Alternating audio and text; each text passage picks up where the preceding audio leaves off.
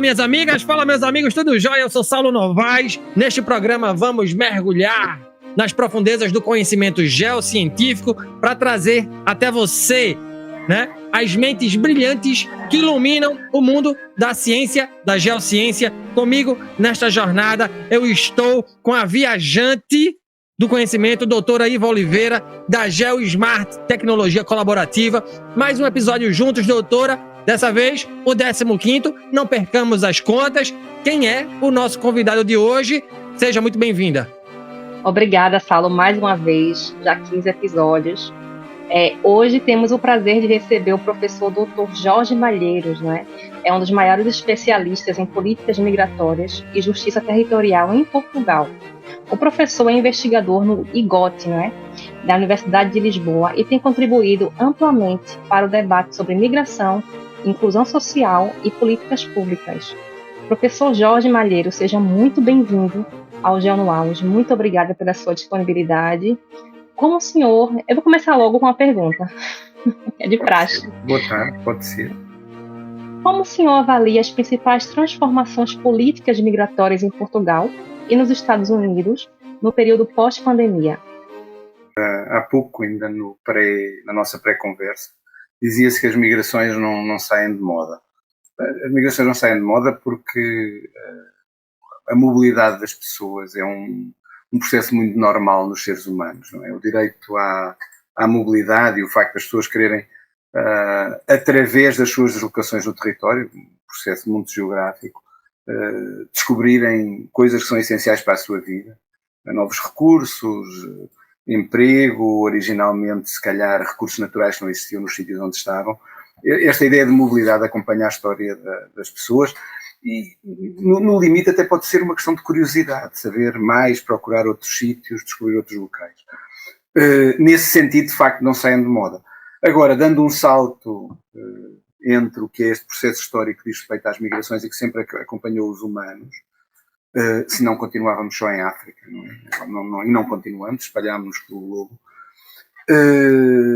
No momento atual não é só o não saírem de moda, é que são um tema social e político muito no topo das agendas de vários países, em vários continentes, e eu diria que nem sempre pelos melhores motivos. Os exemplos de Portugal e dos Estados Unidos são interessantes, porque eu acho que eles se inserem numa onda geral em que o tempo de olhar para as migrações de uma forma positiva e para os migrantes como um conjunto de pessoas cujo contributo para as sociedades é essencial e que fazem com que muitas vezes nas várias sociedades procure esbater a diferença entre nós e os outros, tentando que os direitos dos nacionais e dos estrangeiros, depois podemos voltar a este assunto, os nacionais e os estrangeiros tenham uma certa convergência e, portanto, sejam o mais próximos possível, não é? E que a ideia de cidadania, que remete muito para a noção do Estado-nação, as pessoas são cidadãs de um Estado-nação, ou de mais do que um, quando têm várias nacionalidades, mas que a ideia de cidadania não é uma coisa que nos tem de diferenciar dos outros. Há os cidadãos portugueses, os cidadãos dos Estados Unidos, os cidadãos brasileiros e depois os outros, que são cidadãos de outros países, em que a ideia de cidadania é uma ideia que permite aproximações e não este princípio da separação entre nós e os outros, está hoje muito, muito posto em causa. E é por isso, não é? É por isso que eu digo que os tempos, digamos, da migração e das políticas migratórias, hoje são muito mais marcados por princípios de restrição, lógicas securitárias, reforço das fronteiras, menor aceitação do outro. Veja, eu quero continuar, obrigado, né, por estar aqui mais uma vez, reitero a sua participação, o aceito, né, me sinto lisonjeado por conhecer o senhor, né, uma pessoa da sua magnitude, da sua competência, da sua sabedoria aqui no nosso podcast, professor. E aí eu já lhe pergunto o seguinte, tá, a pandemia da Covid-19 escancarou desigualdades. Na sua opinião, como isso impactou os migrantes, especialmente aqueles em situação irregular? O senhor acha que houve avanços ou retrocessos na garantia de direitos e no acesso a serviços públicos desde 2020, professor? Há duas fases distintas, mas em relação ao impacto da pandemia sobre as migrações. Mas antes de voltar a isso, eu queria fechar o que estava a dizer há bocado, em relação a esta fase em que estamos atualmente. Estes marcadores que nós vemos, os marcadores securitários da separação e desta lógica nacionalista pela negativa, em que se assume que cada país, digamos assim, tem uma cultura, um conjunto de valores, um conjunto específico de princípios que são quase únicos a esse país, devendo os migrantes conformar-se completamente a eles, ou então, em princípio, ou podem ser rejeitados, ou devem ficar separados do resto. Separados não tem que ser no sentido físico, mas no sentido de uma menor interação com os cidadãos nacionais. Portanto, a ideia de uma lógica assimilacionista, ou da recuperação de lógicas assimilacionistas, isto é, de as pessoas terem de assimilar esse conjunto quase de uma forma forçada, no sentido de pressionar as pessoas para o fazerem. Se não o fazem, devem sair, devem partir ou estar durante um período curto. E, portanto, o assimilar os elementos da cultura tornam-se assim essenciais, isto é, tornarmos mais iguais àqueles que estão no país para onde vamos. E isto ignora algumas coisas fundamentais. Primeiro, que as culturas são dinâmicas. O que significa que aquilo que é Portugal hoje, e o que são os portugueses hoje, o que é a cultura portuguesa hoje, não é a mesma do século XVI, pensando num país antigo que se constitui enquanto tal há quase 900 anos. Portanto, não tem nada a ver com o século XII, não tem nada a ver com o século XVI, não tem muito a ver com o século XIX, é muito diferente em relação ao que são as referências culturais em termos, por exemplo, da arte, da música, da literatura. São coisas diferentes. Em termos do que é o regime político que temos, enfim, uma das evidências mais óbvias, éramos uma monarquia, agora somos uma república. Não tem nada a ver com a própria língua que falamos, que é diferente da língua que falávamos antes, que em alguns aspectos, curiosamente, estava mais próxima do português do Brasil do que está hoje. Portanto, ignora esta ideia de uma espécie de reificação da cultura. A nossa cultura ameaçada pelos migrantes e que não pode sobreviver é um absurdo, porque há sempre dinâmicas culturais e elas são maiores num tempo de forte interação. Nós estamos aqui a conversar usando o mesmo idioma, que é o português, mas duas variantes distintas. A variante brasileira e a variante portuguesa, tão portuguesas uma como a outra, aqui sem nenhum nacionalismo, mas pode ser que um dia o idioma que se fala no Brasil se passe a chamar brasileiro. Por enquanto ainda é português com variante do Brasil. Mas falamos a mesma língua com características diferentes. E estamos a interagir, o que significa que o português do Brasil influencia o português de Portugal, inevitavelmente, até porque o número de falantes é muito maior, como uma série de outros aspectos. As trocas de culturas que temos, mesmo que não haja migrantes, porque há turismo, porque as pessoas vivem hoje em dois planos, num plano físico e num plano da rede, a interação é tão forte que pensar que a cultura não tem transformação é uma completa ilusão. Ela tem uma transformação enorme com ou sem migrantes, e os migrantes contribuem para isto. E depois o outro aspecto é que os migrantes enriquecem muitíssimo os espaços para onde vão. Há aquela dimensão óbvia, no caso da Europa, de que, por exemplo, o sucesso desportivo está muito associado no atletismo, no futebol, etc., a migrantes e a descendentes de imigrantes. Mas depois também está na política. Portugal tinha um primeiro-ministro da ascendência goesa. O mayor da Grande Londres é da ascendência indiana. E na literatura, 3 dos últimos 5 prémios Nobel, enfim, ingleses ou que têm cidadania inglesa, ou são descendentes de imigrantes ou são imigrantes. Portanto, em campos diferentes, na política, no desporto, na literatura, a mistura enriquece os espaços para onde as pessoas vão. E portanto, este nacionalismo negativo é um completo absurdo, é um absurdo nos dias que correm. E agora podemos então tentar responder à pergunta sobre a Covid e os seus 2 momentos. Eu creio que durante a Covid é verdade que ela marca, digamos assim, torna evidentes as desigualdades, como o Saulo estava a dizer. E no caso dos migrantes isso torna-se ainda mais evidente, e como referiu também, em situação irregular. Porquê? Porque a partir do momento em que há uma contração económica e há uma série de atividades que sofrem restrições, as pessoas que estão numa situação mais vulnerável são aquelas que muitas vezes perdem o emprego. Sobretudo empregos que implicavam contacto, não é? O trabalhar em casa, ou trabalhar à distância, ou poder ir trabalhar para casa, permitiu que se pudesse funcionar. Agora, a partir do momento em que o trabalho, sei lá, é na construção civil, só se pode fazer na rua e, portanto, tem de haver algum contacto entre as pessoas. Ou que o trabalho é na restauração, implica contacto. E, portanto, os trabalhadores imigrantes que, uns em situação irregular, outros não, que estavam em muitas destas atividades, acabam por ser um impacto maior. E nós vemos que nas curvas do desemprego, por exemplo, em Portugal, a taxa de desemprego dos imigrantes, enfim, durante a Covid a taxa de desemprego aumenta para toda a gente, mas a diferença entre o desemprego de nacionais e estrangeiros torna-se maior, no sentido desfavorável de que os estrangeiros têm mais desemprego do que os nacionais. Portanto, afetam mais a população estrangeira, sobretudo esta que está numa situação de maior vulnerabilidade e nas profissões, digamos, que tinham contacto, e a pandemia assentou muito numa lógica de restringir o contacto.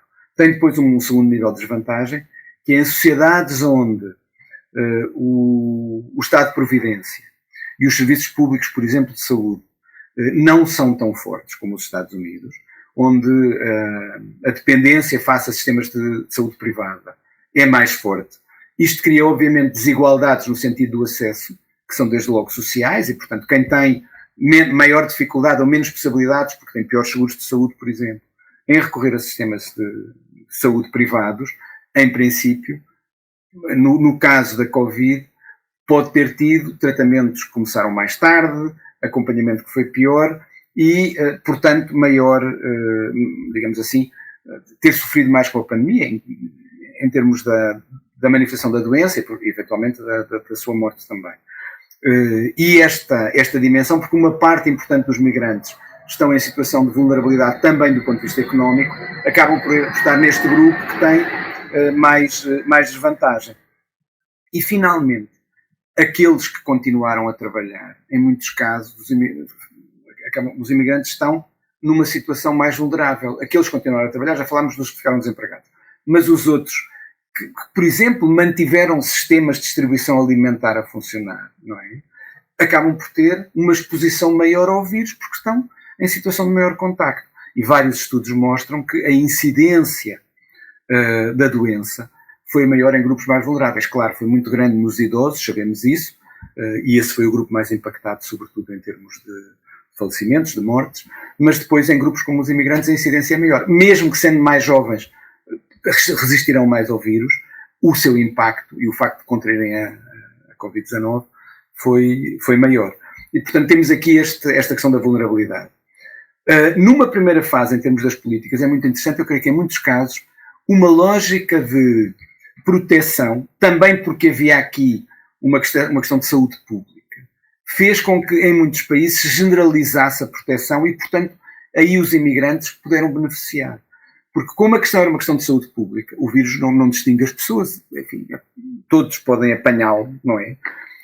Isso faz com que, por exemplo, no caso português, a renovação dos documentos, que era exigida em determinada altura, pudesse ser protelada. E, portanto, se dizia, é válido por mais 6 meses automaticamente, até porque havia serviços públicos fechados, a resposta podia ser dada à distância, mas a capacidade de atendimento era menor. Houve períodos em que não havia esta resposta à distância. A Covid-19 também ajudou a que muitos destes sistemas, que permitem, por exemplo, este contacto entre nós aqui, se desenvolvessem, a ideia do contacto à distância, em plataformas diferentes, tipo distribuição, reuniões, etc., avançassem muito. Elas já existiam, mas é um salto muito significativo nesta altura.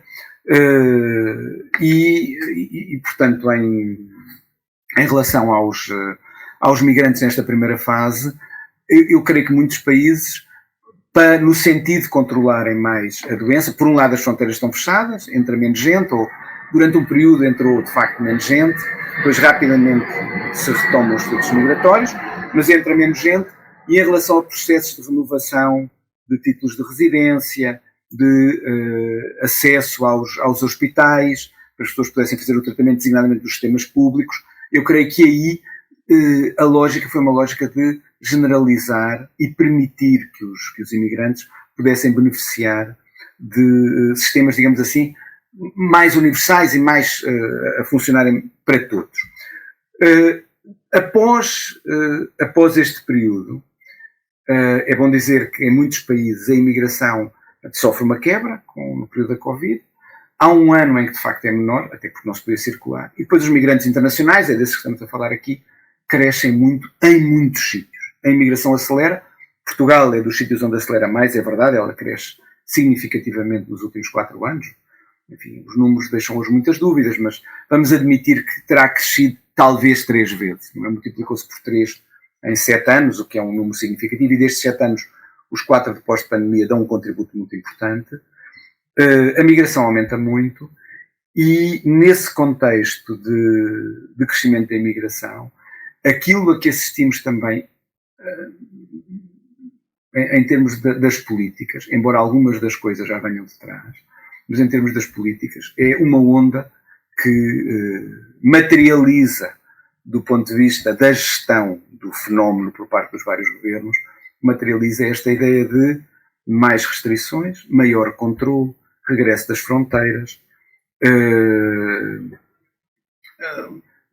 hipóteses de expulsão mais fortes, concentração em campos e expulsão, tudo isto acompanhado de um discurso muito mais anti-imigrante e que no domínio daquilo a que se chama a componente de integração, portanto, há uma coisa que é a gestão dos fluxos, quem é que entra, se pode estabelecer, para quê, não é?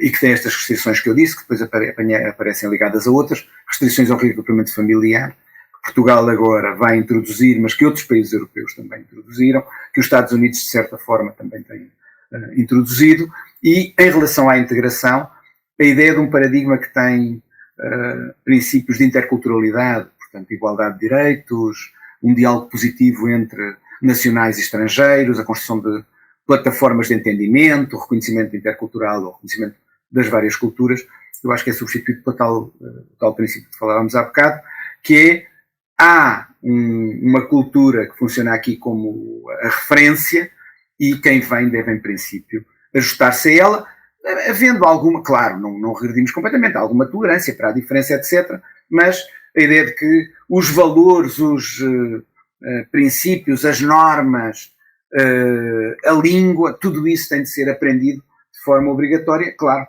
sobretudo para os imigrantes que vêm de fora no caso europeu, da União Europeia, dos Estados Unidos, dos próprios, enfim, se calhar da América do Norte, Estados Unidos e Canadá.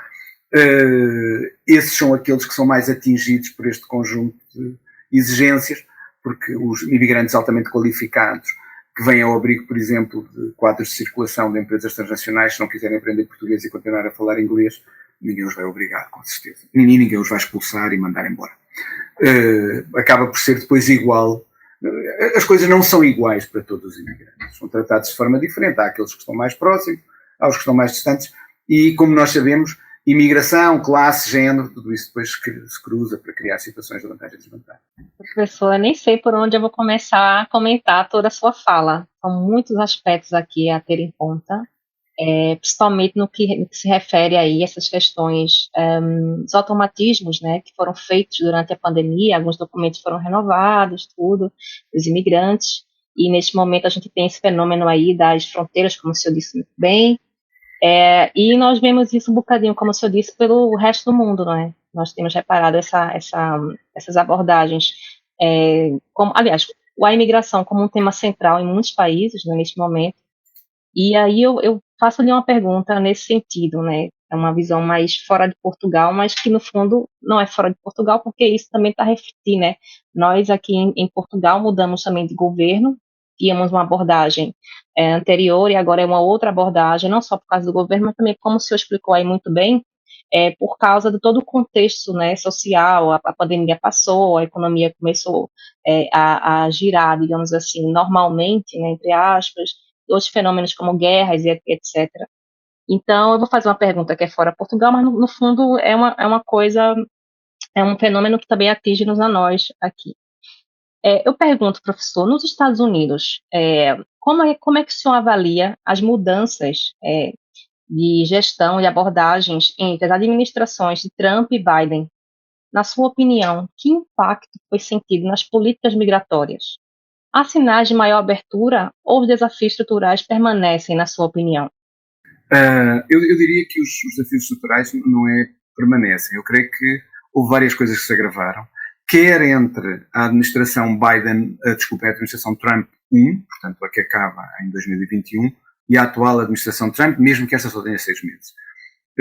Embora quando nós analisamos a política migratória dos Estados Unidos, a ideia de que os republicanos são normalmente mais restritivos e têm políticas mais duras relativamente às expulsões, etc., com uma análise mais fina, mostra que nem sempre é assim. Em muitos momentos da administração republicana, nós tivemos, por motivos vários, porque também há pressão, por exemplo, para que os trabalhadores estrangeiros essenciais para a economia americana, os mexicanos ou outros, indianos, etc., estejam no país. Portanto, as administrações republicanas também são sensíveis a esta necessidade de trabalhadores e, portanto, nem sempre é restritivo.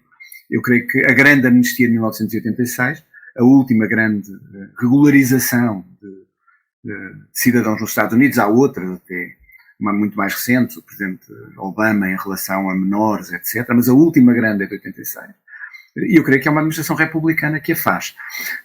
Portanto, este alinhamento não é muito direto. Agora, o que acontece é que quando comparamos estes últimos 6 meses de administração, vemos que o que agora temos é primeiro, e isto é importante, um discurso claramente anti-imigrante.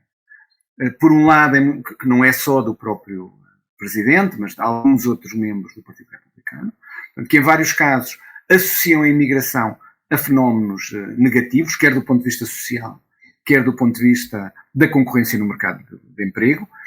Este discurso que aparece como, digamos, um bocadinho, entre aspas, a América para os norte-americanos ou os estadunidenses, e os estadunidenses primeiro, como se houve na Europa, não é? A questão é os portugueses primeiro em Portugal, os europeus primeiro, os ingleses ou os franceses primeiro, muitas vezes ampliada, quer pelo discurso mediático clássico, é uma série de capas de jornais clássicos, aqui não estamos a falar ainda de mídias sociais, capas de jornais clássicos que falam de invasão, que vêm todos, e isto é uma retórica que usa também Donald Trump.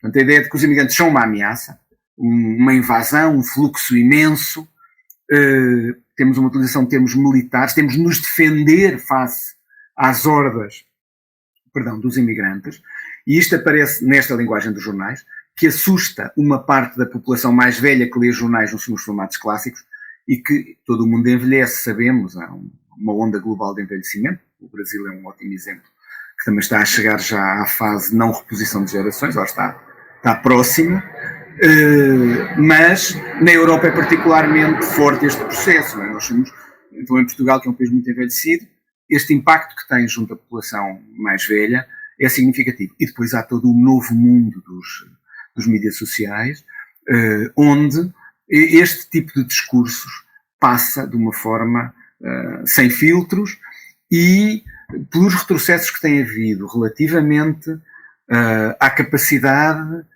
que a informação mais rigorosa, a informação que se baseia em factos, que procuram esses factos ser sustentados com dados estatísticos e outros dados que resultam de análises, sei lá, documentação, etc., de forma sistemática e rigorosa, e que se procuram transmitir à população, e que hoje têm um impacto menor. Nós estamos numa época onde há muita pós-verdade, e se calhar nós, investigadores, podemos ter alguma responsabilidade nesse processo.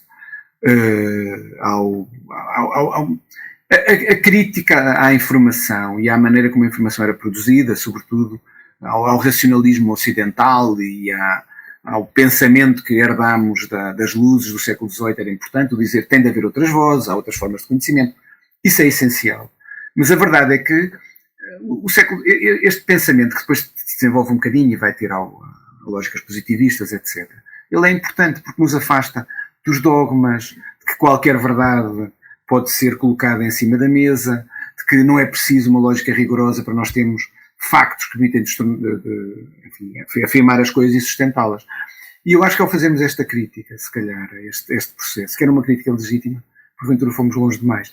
E ao irmos longe demais, abrimos o caminho para que se aproveitassem da crítica, no mau sentido, porque eu acho que a crítica era boa, era necessária, uma crítica ao pensamento ocidental, uma crítica à ideia de que o único conhecimento válido é o conhecimento científico. Essa crítica era fundamental que se fizesse, a ideia do diálogo dos saberes era essencial. Mas ao irmos longe demais, a determinada altura, há uma apropriação pela negativa deste discurso E o que se começa a dizer é que tudo é verdade, tudo é possível. E depois pior, que é, em determinados circuitos, e como na internet, o que circula na net não tem filtro, começa um discurso, não, os governos o que estão a fazer é enganar-vos, o que os cientistas estão a fazer é enganar-vos. E tudo passa a ser uma verdade possível. Como é que nos estão a enganar? As alterações climáticas, isso não é verdade. Não é, isso é uma invenção dos cientistas. Podemos continuar a utilizar combustíveis fósseis, o que eles querem é qualquer coisa. Ou a pandemia. As vacinas, então, essas vacinas não servem para nada. Eu não vi o meu vizinho que teve um ataque cardíaco depois de tomar a vacina. Mesmo não tenha nada a ver com a vacina e seja um caso único. Mas a verdade é que tudo isto se transformou em coisas verdadeiras. E depois chega aos imigrantes também. Não é? A ideia de que se tenta demonstrar que a criminalidade entre os imigrantes não é mais forte do que entre os nacionais.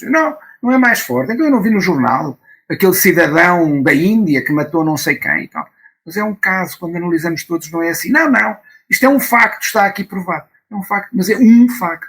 Não é uma generalidade. E, portanto, eu creio que nesta fase, os riscos de construir coisas que não são verdade e difundi-las é fortíssima. E a imigração é uma das vítimas deste tipo de discursos e desta construção de pós-verdades e que se afasta da lógica racional, factual e que devia servir para, por exemplo, sustentar as políticas. Mesmo as políticas acabam por ir muito ao sabor daquilo que são as percepções. Procura-se fazer políticas para as percepções em vez de, com as políticas, desconstruir percepções e fazer políticas muito mais assentes em factos. Isto quando o facto não é manipulado para justificar a decisão política que temos.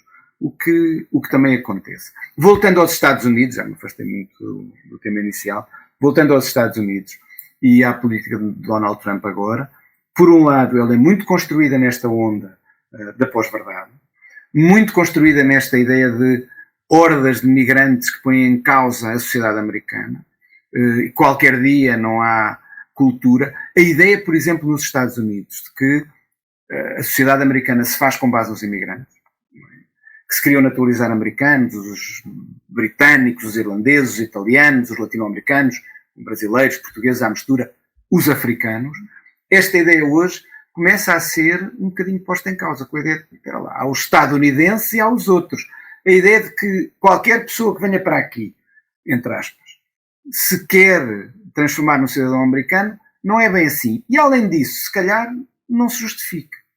E, portanto, começa a ideia de a velha ideia europeia de que há os cidadãos europeus e os outros, e que nos Estados Unidos ou nos países que se constroem com base na chegada de imigrantes não é bem assim, começa a aparecer também nos Estados Unidos. Esta ideia europeia, espera lá, há os cidadãos norte-americanos. Os que vêm para fora são outros.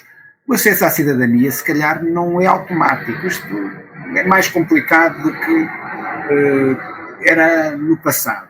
Não é qualquer um que se transforma em cidadão dos Estados Unidos. Isto é uma coisa mais difícil e deve haver aqui uma separação maior entre nós e os outros. Eu creio que isto acontece.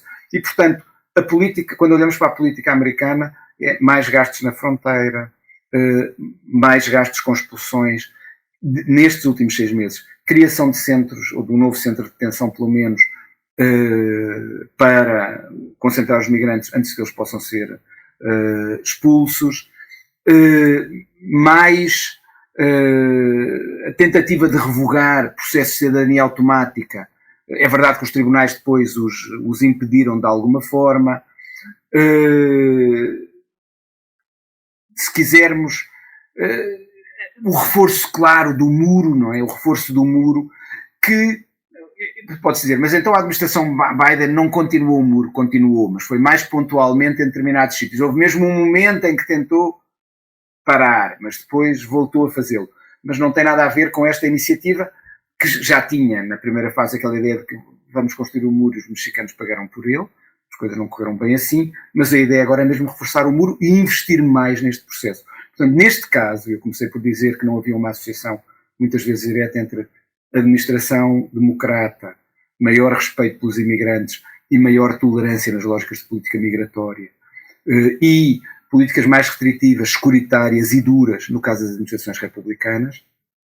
Comecei por dizer que não havia esta diferença. No caso da administração Trump, aí sim, e deste período concreto, Trump 2, digamos assim, temos claramente uma lógica mais securitária, restritiva e dura para os imigrantes, que depois acaba por envolver coisas, como acontece aqui em Portugal, como que são violação de princípios fundamentais. Não é? A violação do direito à vida em família, quando se diz podemos separar as famílias, ou quando se diz não, durante os próximos anos não pode vir a família. Portanto, a ideia da diferença entre nacionais e estrangeiros, mesmo em relação a princípios fundamentais, pode ser o da habitação também, acaba por ser aceito.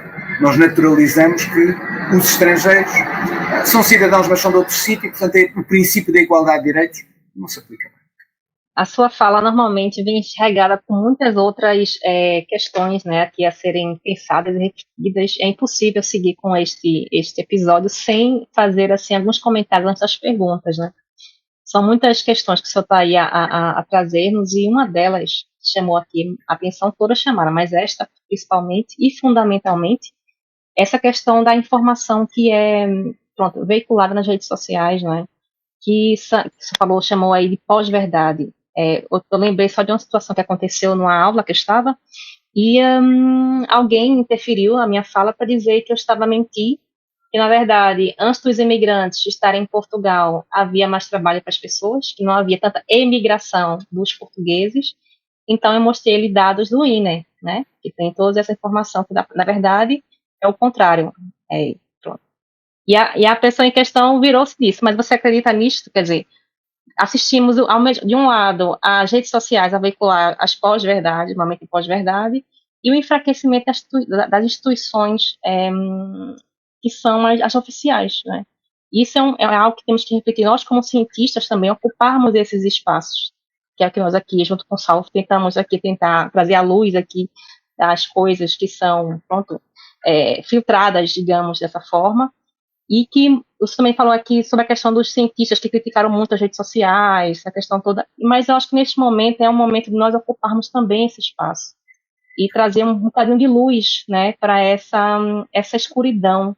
Eu vejo isso como uma escuridão que está aqui, já chegou, na verdade, que temos aqui muitas pessoas que supostamente deveriam ter algum senso crítico, não tem, estão ali no automatismo dos cliques das redes sociais, nem sequer leem a notícia, e mesmo quando leem, não conseguem fazer uma reflexão sobre aquilo e pensar, ora, mas há 10 anos atrás isso não era bem assim, ou se calhar era assim, mas não fazem uma reflexão, começam a aprender a odiar as pessoas ou as situações e encontrar, na verdade, um inimigo comum, que neste momento, acho que globalmente, são os imigrantes, né?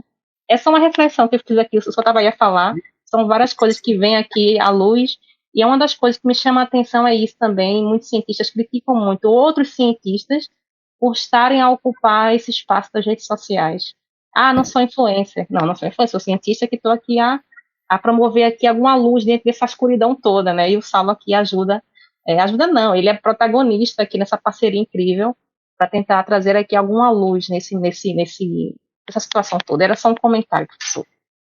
Não, mas o comentário é muito pertinente, porque, enfim, embora o tema seja migrações, ele acaba por se ligar, designadamente porque as migrações estão hoje num nível tão alto da agenda social e política, e pegando numa das frases da doutora Iva, que é ao dizer que os migrantes aparecem hoje como um dos grandes inimigos, entre aspas, nas várias sociedades. E é uma coisa que se vai espalhando nos diferentes países europeus, nos Estados Unidos. Há um discurso num ou noutro país também da América Latina em que vai aparecendo esta ideia, em alguns países asiáticos. O tornar o outro o alvo das nossas críticas, no sentido em que o outro é visto como responsável por muitos dos processos negativos que nós estamos a experimentar no mercado de trabalho, nas oportunidades na sociedade, faz com que, inevitavelmente, nós tenhamos de ligar as migrações a outros processos. E essa questão dos mídias parece-me fundamental. E como alguém mais velho e que cresceu na sociedade da materialidade, porque, pensando às vezes nas conversas, enfim, há sempre algum elemento aqui de experiência pessoal, que pode não ser, que é um bocadinho impressionista, não é neste momento não é uma coisa muito baseada em factos ou um raciocínio científico. E nas conversas que tinha com o meu avô, que nasceu no princípio do século XX. Já para não falar, a minha bisavó que tinha nascido no final do século XIX. Eu ainda vivi muitos anos, começou a nascer no final do século XIX. Parece que era outro mundo, literalmente outro mundo, claramente outros tempos e provavelmente outro mundo. Aquilo que eu penso muitas vezes é que a sociedade que nós herdamos da Revolução Industrial, a sociedade capitalista industrial, da economia de mercado capitalista, que vem do final do século XVIII e que se construiu no século XIX, é a mesma, na essência, é a mesma entre o final do século XVIII e a Segunda Guerra Mundial. E mesmo um pouco depois, porque é uma sociedade onde há enormes progressos técnicos, progressos na medicina, reorganização das sociedades, crescimento da urbanização, tudo isso. Mas é uma sociedade que, na essência, se baseia na materialidade. Não é? A lógica é uma lógica material. Nós fazemos coisas materiais, mesmo tecnicamente. Não é? As reuniões são presenciais, ok, depois há a televisão, mas transmite-se de um sítio para todos, não é estarmos aqui todos a contactar. Os procedimentos que fazemos são procedimentos físicos, as deslocações são deslocações físicas dos bens e das pessoas. Pronto, e depois há algum progresso em alguns aspectos da comunicação. Claro, há o telefone, com certeza, antes, o telégrafo, etc. Mas não há um mundo virtual. E a grande revolução é aquela que acontece quando o mundo virtual hoje se conjuga diariamente com o mundo da materialidade. Do ponto de vista simbólico, é aquilo que permite aos meus alunos, que têm menos de 30 anos do que eu, 40 anos do que eu, estarem ao mesmo tempo a falar comigo e a digitar no telemóvel. O que, para gente mais velha, parece uma coisa de falta de educação, para eles a falta de educação é dizer, ouça, dê-me atenção. Eu dizer, dou-lhe atenção, mas eu estou a dar-lhe atenção. Mas está a escrever aí então. Eu escrevo com os dedos, para assim falo. Porque porque eles conseguem fazer as duas coisas e de facto conseguem. E eu creio que aquilo para que chamou a atenção, que é, nós temos de aprender, e acho que é preciso alguma modéstia em relação a quem está há mais tempo na academia, nós temos de aprender a também estar nas redes sociais. É por isso que o trabalho da doutora Iva, em colaboração com o Saulo, é fundamental. Porque se nós não estivermos aí a contrariar os processos que alguns influencers têm, que a informação toda que vai passando e que não é filtrada, até porque algumas das estruturas já não filtram intencionalmente, não é? Se nós deixarmos isso a funcionar em roda livre, então não se consegue contrariar mais nada. E estes tempos, sendo relativamente otimista, eu acho que os próximos tempos não vão ser tempos fáceis. Acho que não são. Os indicadores, todos eles, são relativamente negativos. Não é só a rejeição dos imigrantes, não é só um populismo nacionalista exageradíssimo, não é só a visão securitária. Depois juntemos as outras coisas, é o tempo do protecionismo, é a lógica do rearmamento. Aquilo que eu pensava que era o evoluirmos para uma sociedade onde a questão o conflito, sem nenhum adjetivo, não é necessariamente mau. Porque nós na sociedade não temos todas as mesmas visões sobre as coisas. E, portanto, é bom que negociemos. Não pensamos todos da mesma maneira, não temos todos os mesmos objetivos. E muitas vezes, em relação aos recursos existentes, temos de conversar para negociar. Portanto, estar em conflito no sentido de desacordo não é necessariamente mau. Alguns autores do passado contribuíram muito para este tipo de visão. Agora, quando o conflito se transforma em violência ou em guerra, então ele é muito negativo. E eu pensava que o progresso da sociedade era eliminar isto. E agora o mundo está ao contrário. O que assistimos é uma lógica de rearmamento, um discurso, uma visão de que os outros são potencialmente inimigos e não, eventualmente parceiros, mas potencialmente inimigos. Também desse lado, as coisas são mais negativas. E por isso eu creio que os tempos atuais são tempos maus. E mesmo em relação a outros progressos, no sentido da tolerância, não é só em relação aos imigrantes. Há procedimentos que têm a ver com a igualdade de género, os progressos que se conseguiram no domínio da presença das mulheres no emprego, no espaço público, da conciliação trabalho-família. Hoje há várias ondas na sociedade que procuram restringir isto, como em relação às questões de orientação sexual, etc. Muito do progresso que fizemos, de facto, pode reverter. E eu acho que os tempos mais... podemos discutir as razões para isto, mas já estão fora da imigração. E eu acho que os tempos que vêm aí não são tempos fáceis. São tempos onde estes aspectos de uma sociedade para a paz, aspectos de uma sociedade mais tolerante, aspectos de uma sociedade onde o encontro entre nós e os outros se faz positivamente, estão muito desafiados. E creio que a tendência dos próximos anos é de que o desafio se mantenha. O que significa que, mesmo em tempos mais difíceis, se deve tentar um discurso que que vá desconstruindo aquilo que estava a falar. Sendo que depois, eu acredito, enfim, se calhar isto vai durar algum tempo, que a sociedade perceberá que deve voltar às lógicas positivas. Esperemos que não perceba depois de um período violento, negativo, etc. A história não se repete, como o que vivemos entre os anos 10 e o final dos anos 10 e os anos 40 do século XX. Porque muitos dos elementos estão nos dois lados. Enfim, havia guerras mundiais, aqui não há guerra mundial, e talvez não haja guerra mundial, porque apesar de tudo há aqui uma sensatez, as armas não são as mesmas. E se generaliza o conflito, estas destroem mesmo o planeta. As outras não, mas estas destroem o planeta, e eu acho que isso é um elemento de contenção. Esperemos que continue a funcionar. Mas também houve naquela altura pandemia, não é? A gripe espanhola, a gripe espanhola, agora já tivemos uma pandemia, e toda a ascensão de um conjunto de movimentos extremos, sobretudo de extrema-direita, que hoje também temos. E esta lógica dos nacionalismos, etc. A história não se repete, mas a história passada é aquilo que nos fornece os melhores elementos para conseguirmos projetar o futuro em contextos diferentes. Professor, tempos obscuros. Veja, a minha próxima pergunta, antes de fazê-la, eu vou fazer uma provocação que não estava no nosso roteiro, tá certo? Porque vocês estavam falando, e vou dar minha modesta contribuição, vocês estavam falando aqui sobre pós-verdade, né? E eu toco no assunto da migração interna, tá? Na migração interna, intra-país, tá? Por que eu faço essa provocação? Porque o Brasil recentemente, e aí puxo o exemplo do Brasil, o Brasil recentemente lançou à baila números sobre a sua migração, né? Entre as regiões do país. E muita gente está vindo para o sul do país. Hoje eu moro em Santa Catarina, no estado de Santa Catarina, no sul do Brasil, tá? Mas eu sou do Nordeste brasileiro, eu sou da mesma terra que a doutora Iva, eu sou do Recife, tá? É uma bela terra. Eu gosto muito. Pois é. A gente tá com muita saudade do calor de lá, né? A gente tá com muita saudade. Sobretudo da comida, sobretudo da comidinha, né?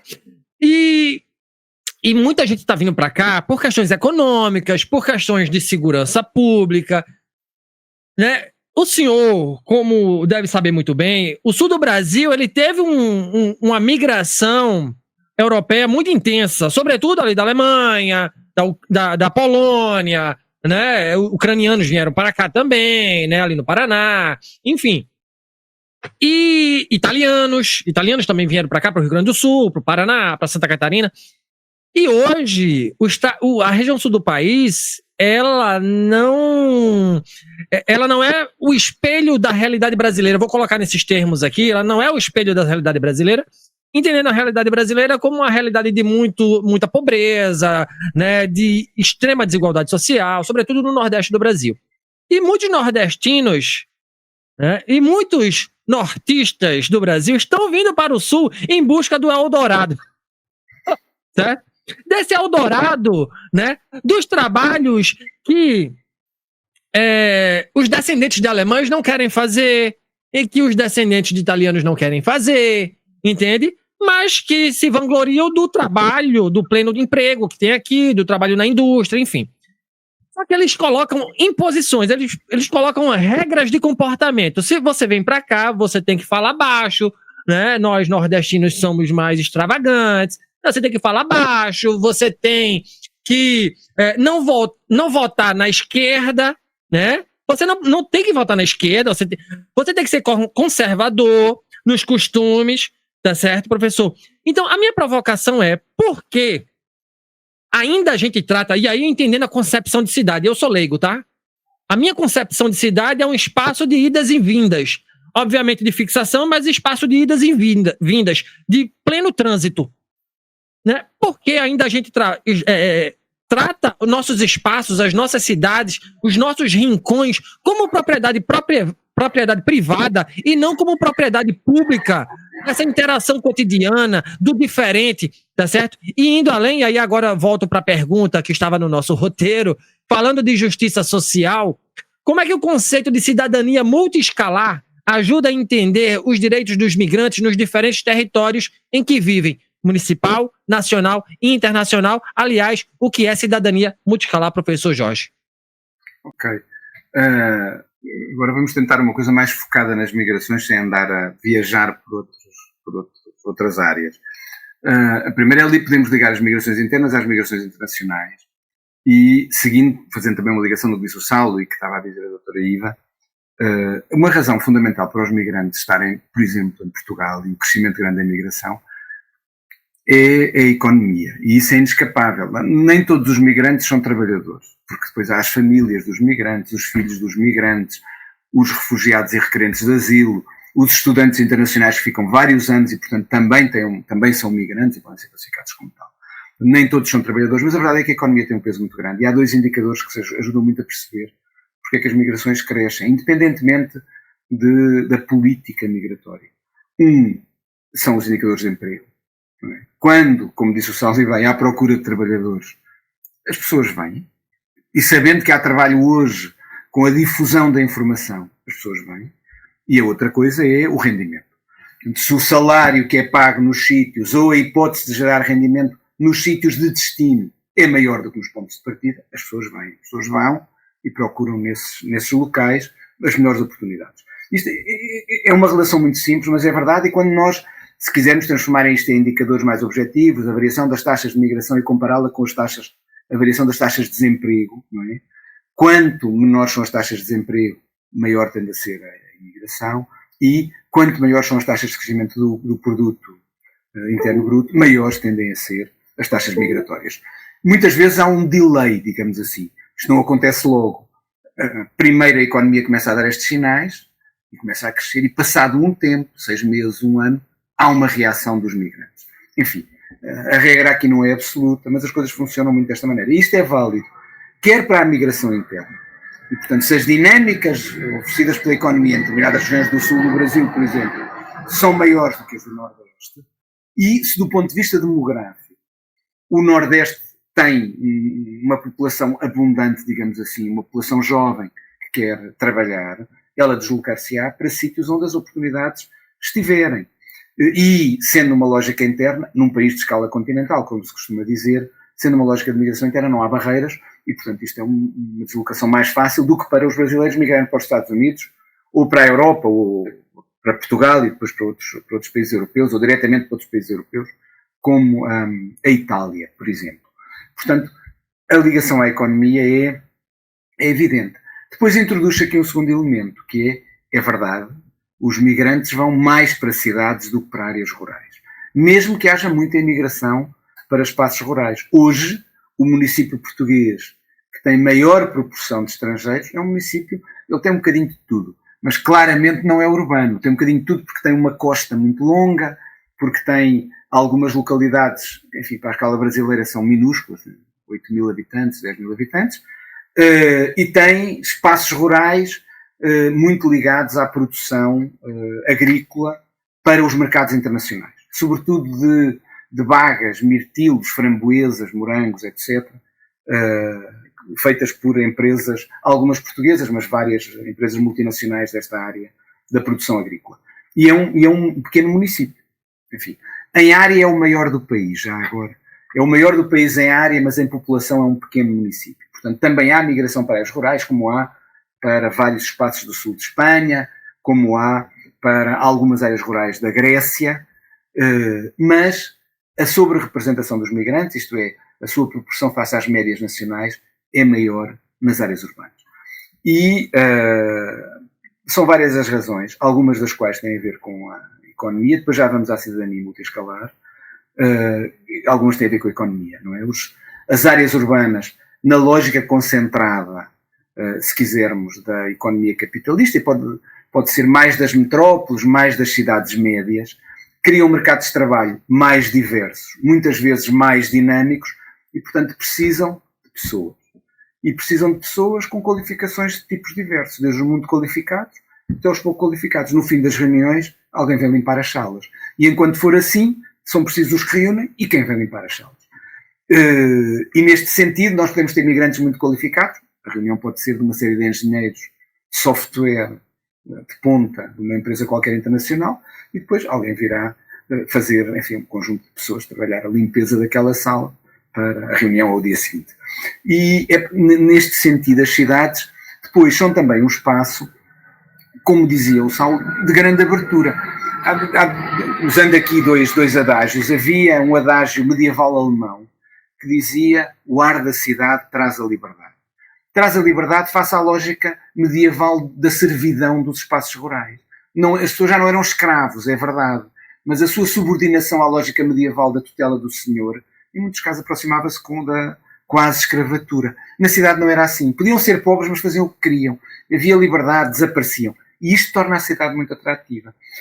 Como o que faz com que, por exemplo, já no século XVI, há um cronista português que diz que Lisboa é das cidades mais diversas da Europa, nessa altura, e a capital do Império, na fase de maior apogeu aqui do Burgo, digamos assim, e que diz que Lisboa é uma cidade de muitas e desvairadas gentes.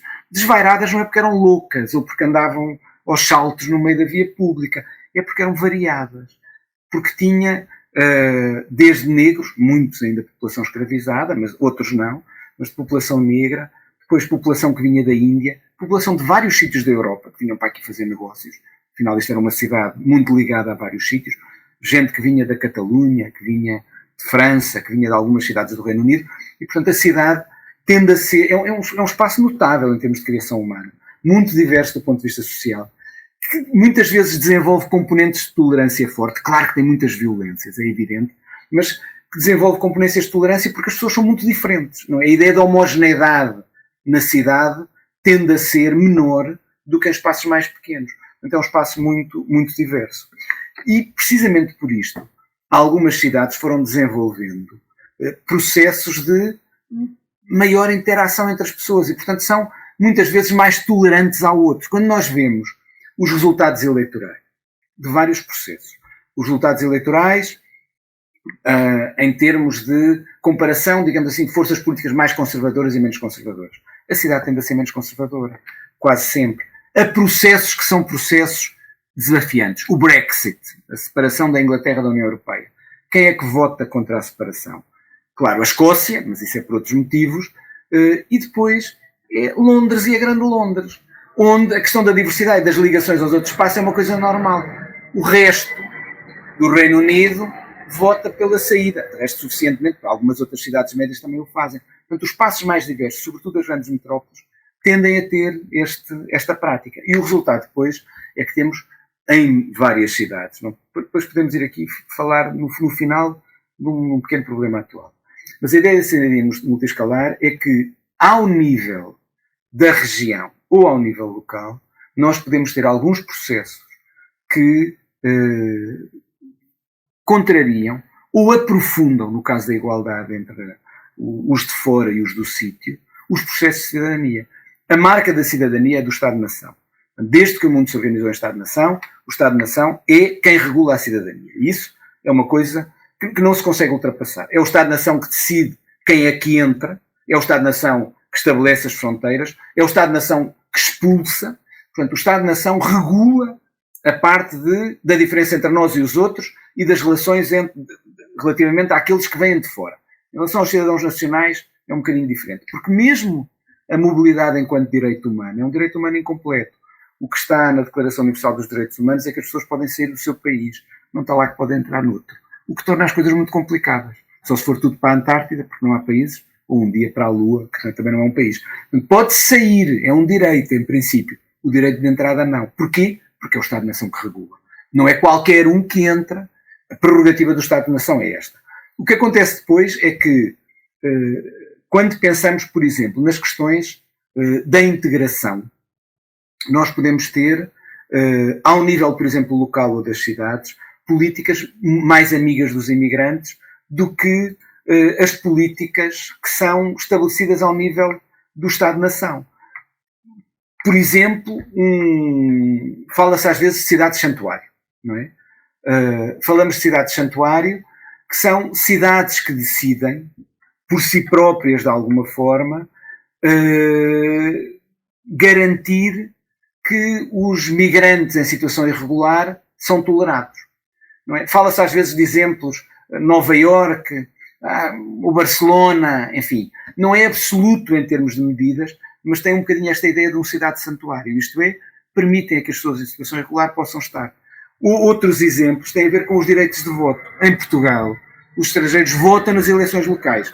ao abrigo de regras de reciprocidade, que nós já tentámos remover, enfim, mas hoje a tendência é a contrária, que é provavelmente alguém um destes dias procurar que nem isso podem ter, que os estrangeiros que, ao abrigo de princípios de reciprocidade, podem votar nas eleições locais, a tendência será que isso seja removido, ao contrário de ampliado. Mas por enquanto existe. Agora, o que mostra também aqui uma lógica de cidadania multiescalar é que se podem votar para as locais, não podem votar para as nacionais. Portanto, ao nível do Estado-nação não votam, exceto os brasileiros que têm um estatuto de igualdade de direitos. Pronto, há aqui exceções, apesar de tudo, porque também há níveis agora de cidadania, digamos assim. Não há uma cidadania portuguesa e estrangeiros. Por exemplo, no acesso à nacionalidade, em princípio há 2 níveis, não é? Há os nacionais e depois os estrangeiros que podem ter a cidadania após 5 anos de residência, pensando neste caminho. Mas o que se vai, em princípio, aprovar, de acordo com a proposta existente e a organização de forças políticas do Parlamento português, passa a ter 2 níveis, que é os cidadãos nacionais e os estrangeiros após 7 anos de residência, se forem da CPLP, 10 anos de residência, se não forem da CPLP. Os da União Europeia são equiparados à CPLP, portanto vão ser os 7 anos. O que mostra que nós temos aqui níveis, e encontramos os níveis em diversas outras coisas. Agora, já vimos que ao nível local, com a ideia das cidades de santuário, com uma ideia, por exemplo, de ter uma política que permite uma utilização dos serviços públicos que é mais generosa do que aquela que a legislação nacional permite. Isto é, que o acesso à escola é mais fácil na cidade local ou na região tal do que é no sistema escolar pensado para o conjunto do país. Já vimos no exemplo do direito de voto. E isto é que é a cidadania multiescalar. E muitas vezes nós encontramos nestes espaços de maior tolerância, a níveis subnacionais, na região e sobretudo nas cidades, digamos assim, mais oportunidades e maior igualdade de direitos. Dito isto, nós sabemos que as cidades são espaços segregados. As pessoas não se distribuem ao acaso nas cidades. Há segregação por classe, há bairros onde estão os mais ricos, até alguns são condomínios fechados e, portanto, protegem-se lá dentro. E há áreas muito degradadas, as favelas, onde se concentram os mais pobres. E isto é válido para a estrutura social, como é válido para a imigração. Há áreas onde os migrantes se concentram, não é? Por isso é que se fala de segregação étnica ou de base étnica ou nacional. E há áreas onde se concentram outros grupos, onde há menos imigrantes. Imigrantes mais ricos da União Europeia estão nos sítios, imigrantes africanos, no caso português, estão noutros.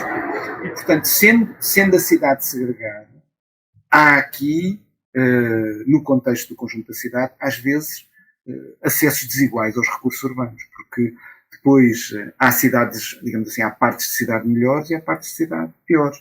Há cidades que têm uma limpeza mais regular, há partes da cidade que têm mais equipamentos, que têm maior acessibilidade, há outras que têm menos acessibilidade, piores equipamentos, pior habitação. Portanto, havendo vantagens nestes espaços, muitas vezes ao nível urbano, depois dentro da cidade, ela comporta também muitas desigualdades. E com digamos assim, a crise da habitação que temos tido a nível global das grandes cidades, ela, em muitos casos, pode tender a provocar uma maior segregação ainda. E, portanto, que os espaços bons da cidade para aqueles que podem aceder a ela e pagar por esse espaço, podem ser cada vez mais diferentes dos espaços onde estão os outros, que estão numa situação de desvantagem. E, neste sentido, a desigualdade passa a ter uma componente, não é, territorial, claro. Eu nem sei por onde começar a comentar aqui. Vou tentar restringir um bocadinho para não alongarmos muito. Então, são 3 comentários muito breves que eu quero fazer antes de fazer a próxima pergunta, professor. Um deles é isso, sabe, a questão do direito a voto, né, das pessoas que são originárias dos países que falam português, né, na modo de Palopes. E a igualdade de direitos, na verdade, também é um pouco restritiva, né, ou seja, para que eu, como imigrante, possa votar para presidente, eu tenho que abdicar do meu direito a voto no Brasil, por exemplo. Eu não, assim, e ainda tem essa questão. E, além disso, eu vou dar só uma impressão que eu tenho, corrija se eu estiver enganada, eu tenho lido a respeito também, eu não sou dessa área de políticas migratórias, só achei o tema muito pertinente devido à desinformação que eu tenho assistido, dos ataques que eu tenho sofrido também como brasileira, luso-brasileira, digamos assim, mas meu sotaque eu não vou perder por nada, né? Ainda bem. E, não é porque... Não é por não é algumas línguas e alguns sotaques são muito agradáveis. Eu acho, por exemplo, o italiano, a língua latina, é bem mais agradável do que o português ou o espanhol. E o sotaque brasileiro é mais simpático do que o nosso sotaque. Acho eu. E percebe-se melhor. Peço desculpa. Não tem mal. E eu tenho assistido isso. E a impressão que eu tenho é que eu acho que essa legislação quanto ao direito ao voto dos PALOPs, neste momento, com o crescimento da extrema-direita, né, dos populismos, não é retirada, porque há aqui um interesse, né? Eu também tenho observado isso cá em Portugal, o crescimento das igrejas evangélicas, principalmente da IURD aqui. E no Brasil foi um caso de sucesso para a extrema-direita, né, que foram utilizados como massa de manobra para conseguir eleger-se.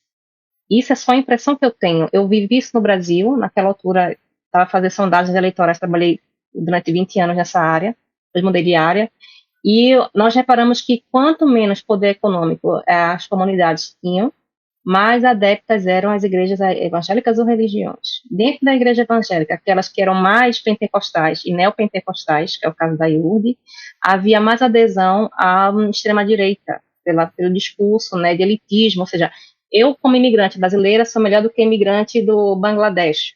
É uma coisa que acontece, um fenômeno que acontece bastante. No Brasil foi com os venezuelanos, houve uma crise na Venezuela naquela altura, e na fronteira com a Venezuela, com as restrições de acesso à autorização de residência, eles ficavam em barracas à espera de algum horário junto à Polícia Federal Brasileira para conseguir regularizar ou pedir asilo, e ficavam ali amontoados, e gerou uma grande, um movimento, né, de repulsa a essas pessoas que estavam ali a buscar uma segurança, né, até porque também há acordos entre Brasil e Venezuela. Então, essa ascensão da extrema-direita surgiu por muitos fatores no Brasil, que, na minha visão leiga, está a se repetir cá em Portugal. No sentido da direita a voto, eu acho que não vão mexer nisso. É uma opinião que eu tenho, assim, posso estar muito enganada, porque há aqui um grande interesse, inclusive no discurso da extrema-direita, os brasileiros pararam de ser atacados. Então, atacar outras comunidades imigrantes, eu acho que isso tem um propósito, né? Eu acho que é para conseguir aqui manter-se no poder e conseguir votos. E a outra coisa que eu quero comentar é só uma citação de um autor que eu gosto muito, vocês conhecem, Machado de Assis. Sim. Ele é o meu autor, um dos autores prediletos, eu leio muito. E ele dizia uma coisa que eu acho que o livro é Dom Casmurro. Ele dizia: entretanto, vida diferente não quer dizer vida pior. Eu acho que nas pessoas falta perceber um bocadinho disso, né? E falta, assim, questionar o seguinte: com tanta imigração, para onde vão os impostos que são recolhidos dos imigrantes? Por que é que a vida não melhora? Mudou desde 2020, mudou desde 2015, continua a mudar, e as pessoas não se questionam. Ok, eles estão a descontar, mas para onde vão os recursos? Ficam a questionar por que não tragam os imigrantes. É só uma provocação que eu aqui faço, uma reflexão daquilo que o senhor disse. Mas, indo para a pergunta, por que eu estou falando disso? Porque vem aí um futuro, né? O futuro chegou, agora vem os desafios, nomeadamente aquelas questões relacionadas à tecnologia, o AI está aí a modificar todo o nosso processo de trabalho, a sociedade está a mudar. E aí, olhando para o futuro, professor, a Europa, na sua opinião, ela está preparada para um novo ciclo migratório? Eu digo isso em termos também de forte emigração, né? Em termos de trabalhos especializados. O senhor acha que isso vai ser influenciado por guerras, mudanças climáticas, desigualdades?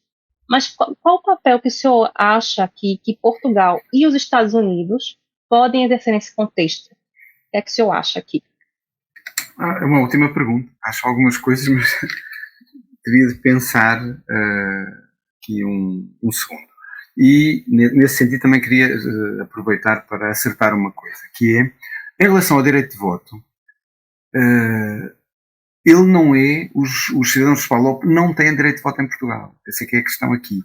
Eles têm um acesso privilegiado à nacionalidade, mas o direito de voto não tem. O direito de voto, como é um mecanismo, é um mecanismo de reciprocidade, só ao nível local. E, portanto, funciona.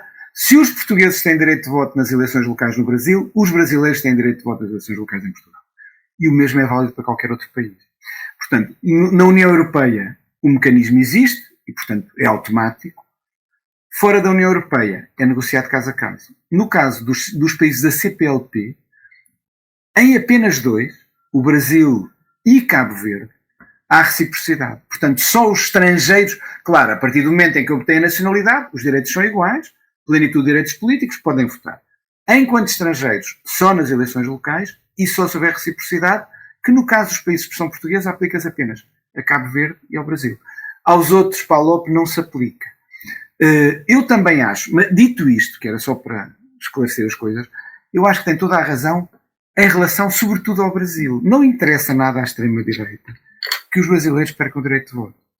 Porque uma parte da população brasileira, bem, por 2 motivos. A primeira é porque uma parte da população brasileira em Portugal, de facto, vota à extrema-direita. Não há, quando nós vemos as manifestações de júbilo, porque tem sido um sucesso eleitoral consecutivo do Partido Chega, portanto tem ganho sempre mais em cada eleição, não há nenhum momento em que não haja uma bandeira do Brasil. E há deputados do Chega de origem brasileira. E, portanto, uma parte da comunidade brasileira em Portugal, não há nenhum estudo que diga que percentagem ou que significado é que tem, sobretudo a comunidade brasileira naturalizada, que é a que pode votar em todas as eleições, também vota Chega. E, além disso, mesmo em relação aos cidadãos dos PALOP, isto é, dos países africanos de língua oficial portuguesa, também há um discurso mais tolerante. De resto, o discurso atualmente é segmentar os migrantes. E, portanto, os migrantes dos países de língua portuguesa são potencialmente melhores migrantes. São bons migrantes. Porquê? E o discurso acentuou-se muito nos últimos tempos, porque é muito mais fácil integrarem-se em Portugal. E, portanto, conhecem a língua, têm um passado comum, etc., uma história partilhada, e, portanto, como estes são potencialmente bons imigrantes, o que é que devemos privilegiar? São estes imigrantes. E como estava a dizer a doutora Iva e bem, quem são os imigrantes que são criticados? Os da Ásia do Sul, que cresceram bastante, mas é verdade que os europeus da União Europeia, enquanto imigrantes, aumentaram muito, que os brasileiros são de longe a maior comunidade estrangeira em Portugal, não é? E que os imigrantes dos PALOP, desde que o acordo de migração da CPLP de 2021 passou para a legislação nacional, aumentaram graças aos vistos CPLP, hoje tornados mais restritivos pelas mudanças legislativas da semana que passou. Portanto, posto isto, não é? Posto isto, o que temos é alguma defesa dos imigrantes que vêm da CPLP face à ameaça dos que vêm de outros sítios, designadamente da Ásia do Sul, que são vistos como muito distantes do ponto de vista cultural e depois basicamente são parte do chamado perigo islâmico na Europa. Pronto, a Europa tem uma componente de islamofobia muito forte. Portugal não tinha. A comunidade islâmica, não havia uma comunidade islâmica que existe em Portugal, sobretudo com força, desde a democracia e da vinda de pessoas de Moçambique e da Guiné-Bissau. Hoje é muito mais diversa. E não havia nenhum sintoma de islamofobia. Agora há. E tem sido muito ampliado pelos discursos da direita radical populista.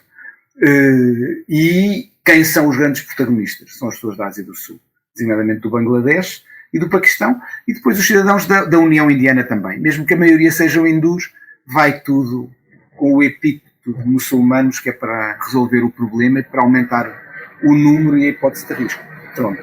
E, portanto, isto para dizer que, em relação a esta prática, eu acho que também tem uma componente, já agora, uma componente de revivalismo quase colonial da parte da extrema-direita. Os bons imigrantes que vêm, sobretudo dos PALOP, e que têm esta ideia, nós estivemos lá tanto tempo, claro que vem disfarçada de boas relações, intercâmbio cultural, etc., mas tem um bocadinho esse revivalismo, diria eu, neocolonial. Portanto, são os bons imigrantes que vêm dos PALOP, que foram por acaso as colónias portuguesas de 1975, na maioria dos casos. Pronto, e depois também os brasileiros, onde não é tão explícito, mas também um bocadinho navega, eu acho que isto também é um fator, enfim, que se conjuga com os outros ditos anteriormente, mas também está presente. O segundo aspecto eram os impostos. A primeira coisa é que um dos problemas da sociedade portuguesa e de Portugal, depois já vamos à Europa, porque eu acho que faz uma boa ligação, um dos problemas da sociedade portuguesa, sobretudo desde o início do século XX, é que a ideia de crescimento, convergência com a Europa, melhoria das condições de vida, da qualidade de vida das pessoas, está muito parada. Portanto, de há 20 anos para cá, mesmo com a imigração, os contributos, o trabalho dos imigrantes, mesmo com algum crescimento, aquilo que se passou no período anterior não se está a passar agora. Nós podemos dizer, de uma forma até simples, que o elevador social, aquilo que permitia à geração seguinte pensar que vai estar numa situação melhor do que aquela dos seus pais e dos seus avós, não é assim. A geração seguinte, em termos de emprego, de rendimentos, de oportunidades, hoje, em muitos casos, diz: em Portugal eu não consigo ter as oportunidades dos meus pais. Por isso emigro, vou para fora. Os portugueses também emigram bastante, sobretudo após a crise financeira do início da década passada, emigram muito. E uma grande parte dos jovens o que dizem é: ok, eu posso fazer aqui um trabalho na área das tecnologias, não ganho mal, mas quando comparo com o que ganharia se fizesse o mesmo trabalho na Suíça, em França ou em Londres, é muito menos. E mesmo que o custo de vida lá seja mais alto, vai-me sobrar mais. E este emperrar do elevador social é um problema grande para os jovens também. E isto cria alguma desilusão da parte dos jovens, por exemplo, em relação às forças políticas que governaram Portugal durante muito tempo, e torna mais fácil e mais atrativas alternativas mais extremas. E como se faz uma cultura muitas vezes do individualismo, a ideia da sociedade solidária, do Estado de Providência falhou. Isto é muito mais dar-nos a oportunidade, porque cada um de nós sabe tratar bem de si, melhor do que provavelmente o Estado. Então arranjem forças políticas que permitam que a gente ponha em prática o nosso potencial. O que eu acho é que há um risco enorme neste caso, que é perde-se o sentido de sociedade, de comunidade deve haver, e perde-se sobretudo esta ideia fundamental, é que ninguém é só ele próprio, não é? Eu sou também o resultado desta conversa que temos aqui, o resultado das conversas que tive com uma série de outros, o resultado de todos os professores que me deram aulas ao longo de muitos anos, do que li, e portanto há uma relação de dívida para com a sociedade. Eu acho que isso se perde um bocadinho nesta visão que temos hoje. E, portanto, esta desilusão dos jovens, que depois também tem uma componente territorial, que são os territórios que se foram, não é só social, há territórios que foram perdendo, os territórios do interior, os territórios que se sentem mais abandonados e que acham que o poder político não lhes deu atenção. Não é? As regiões, os ingleses dizem as left behind regions, as regiões que ficaram para trás, que são perdedoras. E esses também estão desiludidos e acabam por uma alternativa mais fácil, nós já tentámos com os políticos do sistema habitual, vamos tentar com outros. E se a proposta é uma proposta radical, neste momento pós-verdade, etc., se calhar, e se dizem, não, nós vimos de fora do sistema, somos uma espécie de puros. Então, vamos lá deixá-los tentar, não percebendo os riscos que isto tem, porque é puro até o momento de poder mudar as coisas. Em relação aos impostos que os imigrantes pagam, isto tudo tem a ver, primeiro, o resultado deve haver, é muitas vezes, é verdade que determinado tipo de benefícios têm menos, porque sendo uma população mais jovem, por exemplo, não consomem pensões de reforma, ou consomem pouco. Só os grupos mais antigos, como os cabo-verdianos, é que já começam a ter um número importante de pensionistas, no caso português. Mas a relação entre o que pagam e o que recebem tende a ser positiva, mas ela não é muito alta. Isto é, o contributo dos impostos face aos benefícios que têm, por exemplo, no sistema educativo público, no acesso ao sistema de saúde pública, etc., faz com que o balanço seja positivo, é verdade, atenua o déficit num contexto de gastos por causa da população idosa, mas não é muito positivo. Num contexto em que, nos últimos anos, os processos de crescimento económico são limitados, onde os gastos com o serviço público, por exemplo, de saúde, etc., até pela pressão dos idosos, têm aumentado muito.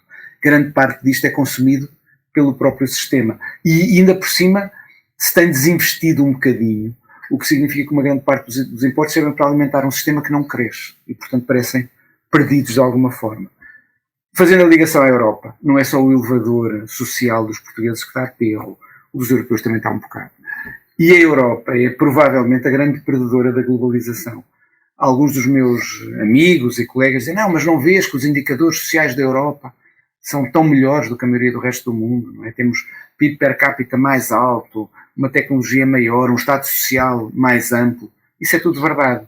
O problema é quando nós pomos isto numa lógica cronológica.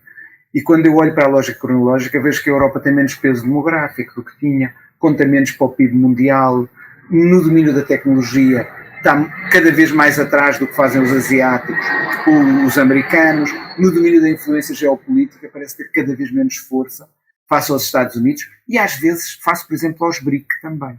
Ora, quando eu olho para isto tudo, digo, a Europa está a perder, mas ainda está acima. Pois está, mas do ponto de vista relativo, vai contando cada vez menos.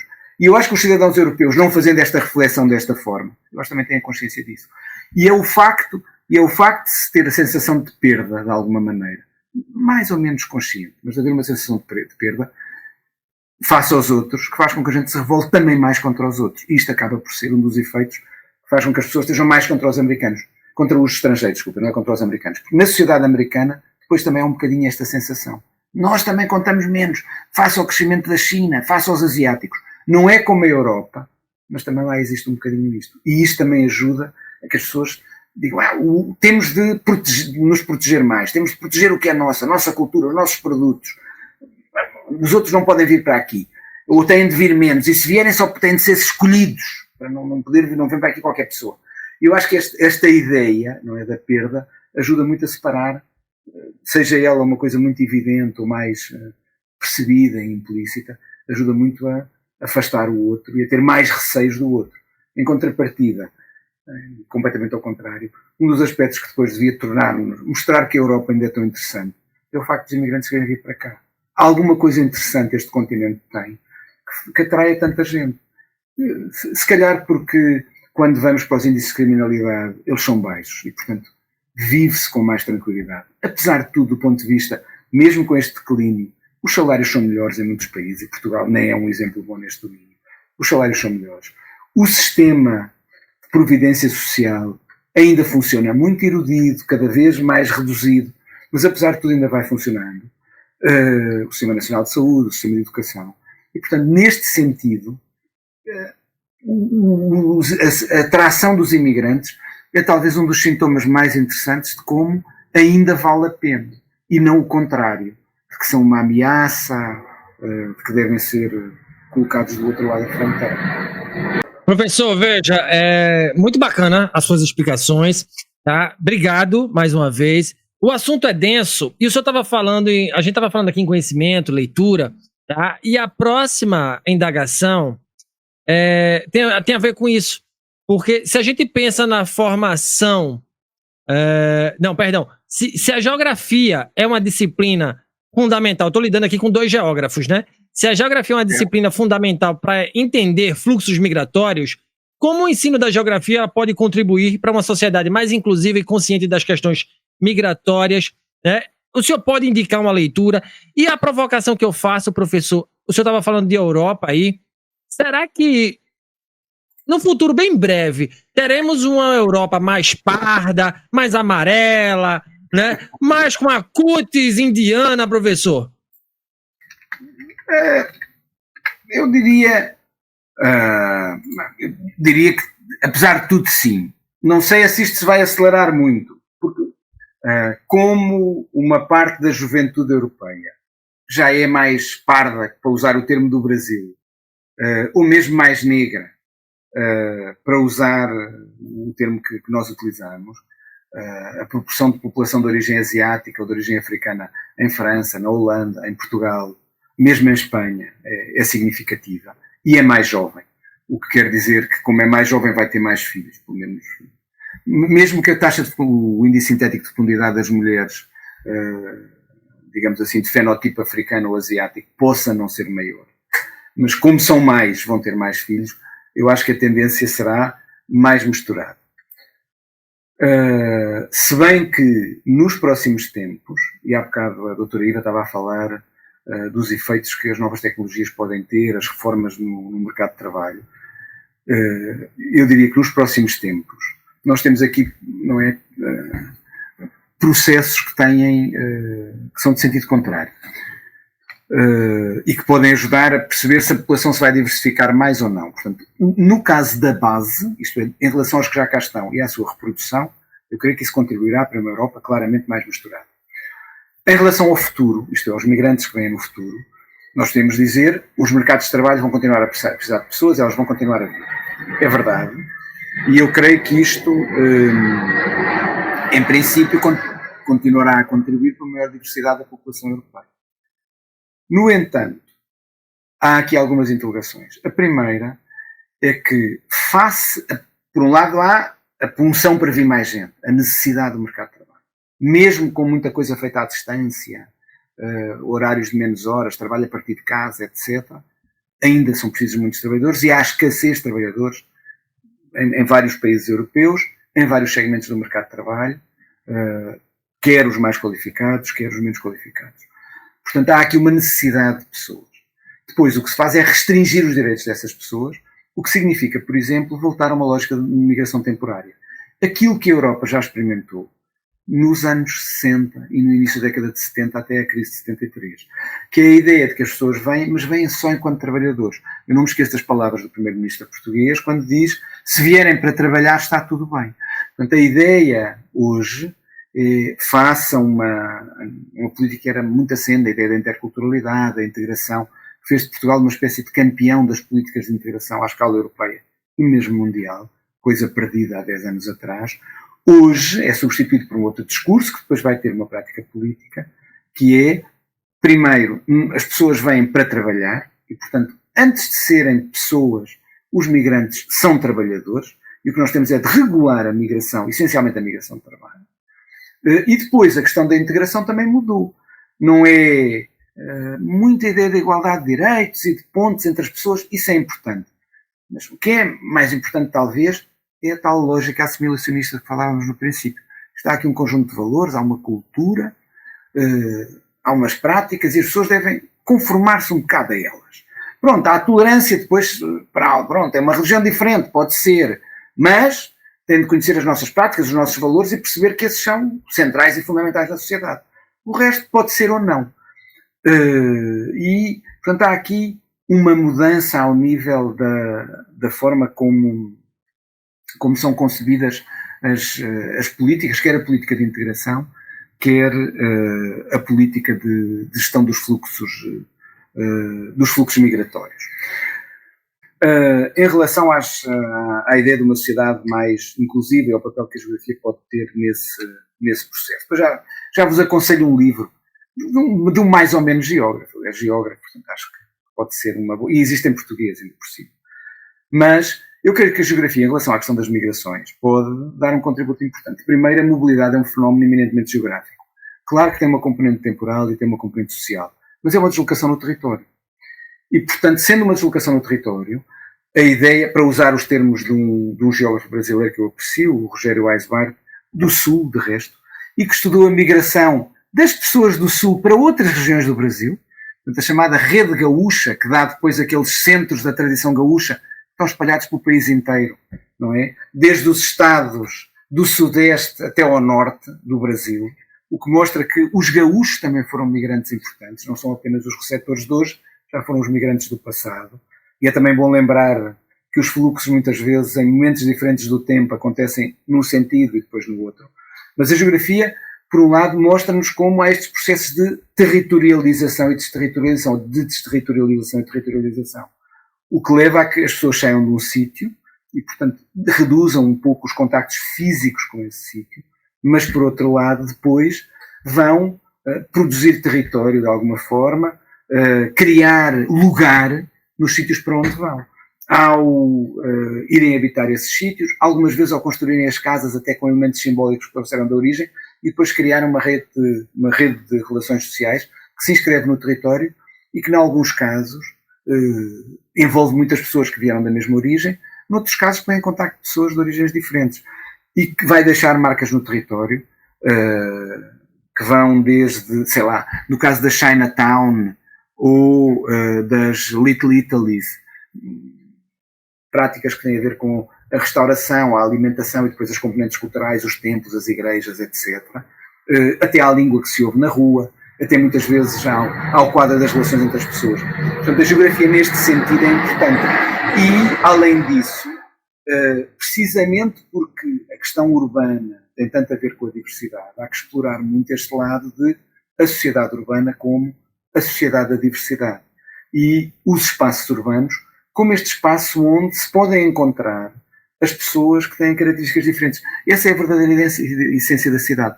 Uma cidade onde nós temos partes fechadas, onde vivem uns que não se dão com os outros, é completamente contra aquilo que é a verdadeira dimensão da cidade. Esse espaço de liberdade do adágio medieval alemão, que é aquilo que permite que homens, mulheres, brancos, negros, pessoas com diferentes orientações sexuais, vindas de diferentes países, se podem encontrar e interagir. Por isso é que o espaço público urbano, e podemos fazer aqui uma relação entre geografia e planeamento, por isso é que o espaço público urbano é tão importante.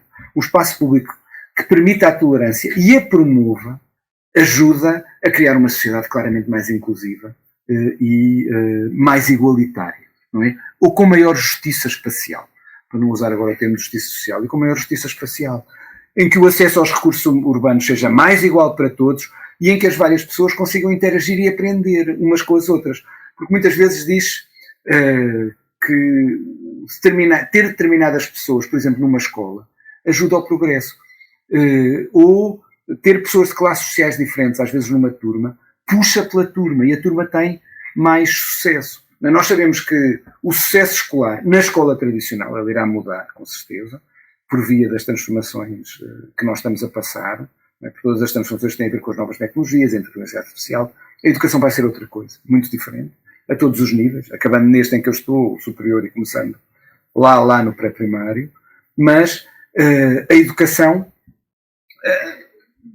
beneficia quando os alunos conseguem puxar uns pelos outros. De resto, nós falámos aqui de segregação, e o que se passa hoje muitas vezes é que cada vez dentro da cidade, para ligar ao que dissemos atrás, as pessoas estão mais separadas. E esta separação começa muitas vezes na escola. Quando os alunos das classes médias altas ou dos grupos migrantes favorecidos escolhem as escolas privadas para pôr os seus filhos, vão fazer com que esses miúdos nunca se vão encontrar com os outros que vêm dos outros grupos. Nunca se vão compreender. Isto é completamente contra a ideia de uma sociedade que tem coesão. Porque vão ser dois grupos que vão viver à parte. Nunca vão compreender o outro. Nem vão saber. Está bem, veem-no na televisão, percebem os problemas, etc. Mas em termos de interação e compreensão, vai existir porque não se conhecem. E isso começa na escola. E há alguns autores que chamam a atenção para isto. Isto é, depois continua no mercado de trabalho, porque vão trabalhar em sítios diferentes, continua no espaço de residência, porque vão viver em sítios diferentes. Portanto, perceber isto é, a ausência de contacto entre as pessoas, no espaço físico, mas também no espaço virtual, porque as pessoas pertencem a grupos diferentes, que estão separados desde a escola, é também uma missão da geografia. O contribuir um bocado para mostrar que se tem de combater isto e que tem de haver um contacto maior. O livro pode ser aquele livrinho do Wayne Daz que se chama Como Funciona Realmente a Imigração, que acho que é um livro simples, que tem 24, eu ia dizer 24, mas calhar são mais. Tem muitos capítulos, cada um tocando um tema, o que significa que, sendo um livro que tem uma base científica, é um livro escrito para o grande público.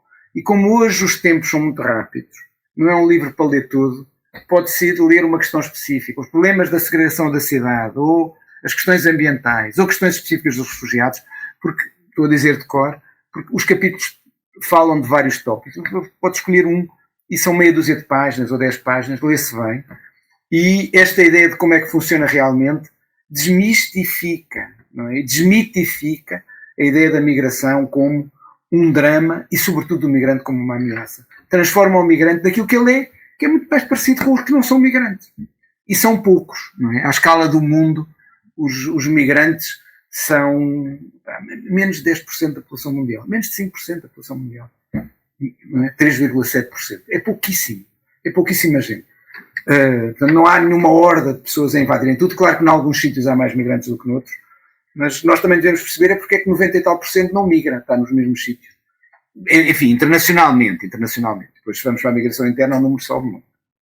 Professor, eu não vou comentar mais. Dá panos para manga. As suas falas aqui geram vários insights. Isso dá outros episódios aqui. Devíamos fazer um quadro só para falar sobre essa questão da imigração. Eu acho que neste momento é importante nós esclarecermos aqui alguns pontos. O senhor aqui esclareceu muito bem a questão dos PALOPs. Eu mesma não sabia, pensava que era estendida a todos, né? E olha, afinal não é. E é importante termos esse espaço para esclarecermos aqui. Eu não vou falar, depois eu falo com o senhor, vou chateado aqui por e-mail, vou fazer aqui os comentários. Está cá em Portugal, não é? Não, já está em Portugal. Sim, eu já estou aqui há quase 11 anos já. Eu era estudante, depois decidi emigrar do Brasil. E pronto, e cá estou. É um tema muito relevante, por acaso já foi tema, né, de trabalho, meu mesmo profissional, mudei de área, mas pronto, não vou aqui alongar muito, não vou, depois eu falo consigo. Eu vou fazer aqui uma citação, antes de fazer a próxima pergunta, e por que eu vou citar a Lídia Jorge, né, ela fez o discurso aqui do Dia de Portugal, no dia 10 de junho, né, que do meu lado aqui, como eu estou ativa nas redes sociais, suscitou aqui muitos discursos inflamados, alguns ataques, não a mim, mas a outras pessoas, a próprios portugueses não conheciam a própria história, escandalizaram-se muito com muitas das coisas que ela trouxe aqui à luz, dos primeiros imigrantes que foram escravizados, pessoas escravizadas, né, vieram aqui arrastados, acho que foi lá embaixo, né, em Lagos, se não estou em erro, e ela disse o seguinte, cada um de nós é uma soma, tem sangue do nativo e do migrante, do europeu e do africano, do branco e do negro e de todas as outras cores humanas. Somos descendentes do escravo e do senhor que o escravizou.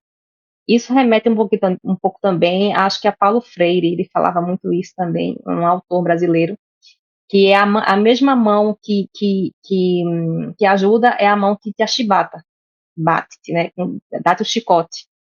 Quando a educação não é libertadora, ela é opressora. Então, isso vem sempre desse conceito. E aí eu pergunto, professor, ao pensarmos na formação histórica do povo português, que é marcada por diversos fluxos migratórios, né, e influências culturais, e na construção da lusofonia como espaço de partilha linguística e simbólica, como o senhor vê a tensão entre essa identidade comum e as desigualdades que ainda permeiam o país? Como isso pode influenciar nas políticas migratórias, não é? E as relações entre Portugal e os demais países lusófonos? Podíamos abrir aqui outra hora de conversa sobre a lusofonia e as relações entre os vários países lusófonos. Provavelmente o país que, do ponto de vista formal, mais procura promover a lusofonia é Portugal. Porque, como tem a matriz linguística comum e a ideia da cultura, procura, como os franceses fazem em relação à francofonia, que também tem a sua associação, com mais países, mas pouco mais população. E os ingleses de uma forma diferente, porque a Commonwealth não tem a cultura como elemento tão central, no caso, como tem a Organização da Francofonia e a CPLP. Sendo Portugal o que promove mais, eu creio que depois, do ponto de vista da verdadeira, pensando agora do ponto de vista político, e ainda antes de chegar ao que se passa dentro do país, eu acho que depois a promoção efetiva de uma organização que tenha capacidade de influência forte, primeiro entre o conjunto dos países da CPLP e depois dos países da CPLP posterior, é ainda muito frágil. Embora eu já tenha ouvido alguns especialistas em geopolítica, mas muito poucos. Não, isto aqui é CPLP, aqui é a nossa grande força. Pode ser, mas tem de ter claramente uma capacidade de afirmação muito maior, o que começa por maior interesse político na sua promoção, o que significa maior investimento também, e depois maior capacidade de ação nos diferentes campos. Sendo que um deles é o das migrações, e o das migrações conheceu um avanço importante com o acordo de Luanda. Portugal, é verdade que foi talvez o país que fez a transposição mais forte ao permitir o visto da CPLP, embora todos os países tenham passado o acordo de Luanda para as suas legislações nacionais, mas depois a forma de o concretizar em nenhuma esteve tão clara. O que permite hoje fazer recuos e dizer ao governo português, estamos a recuar, mas não é mais do que nos outros países. Mas a verdade é que, por exemplo, em relação à criação de um espaço de circulação migratória, seria muito interessante que não houvesse este retrocesso que agora está a haver e que se dessem a passos importantes para reforçar aqui a interação no domínio das migrações. Outro exemplo pode ser no domínio da investigação e da ciência. Há algumas iniciativas, claro que há, mas devia haver iniciativas estratégicas muito maior para a colaboração a diferentes níveis. Coisas que têm a ver com o reconhecimento de diplomas, que têm a ver com a produção conjunta e a difusão dos resultados do trabalho científico em termos de, sei lá, das revistas e do reconhecimento das revistas, etc.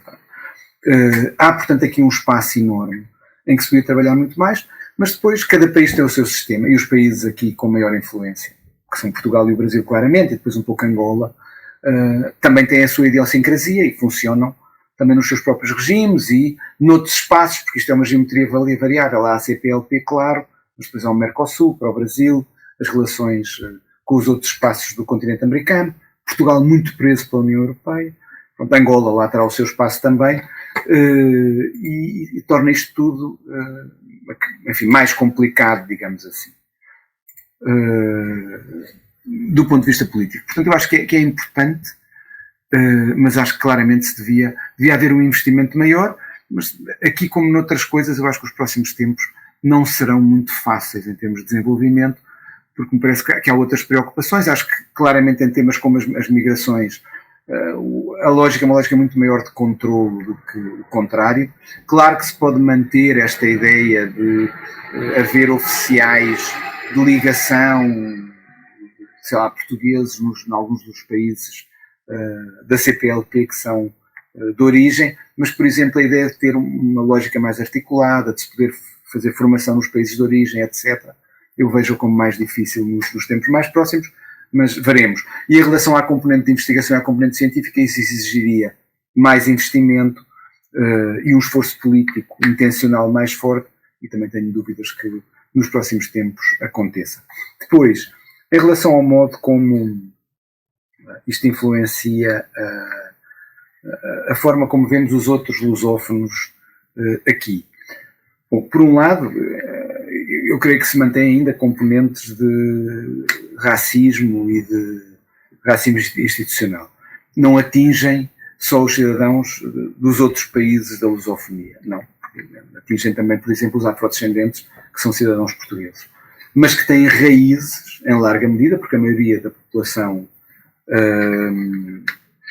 estava aqui à procura do termo que costumam usar os meus colegas, racializada, a maioria da população racializada tem origem nos PALOP. Não quer dizer que seja dos PALOP, mas tem origem nos PALOP, são pessoas que vêm da África lusófona, são os seus descendentes.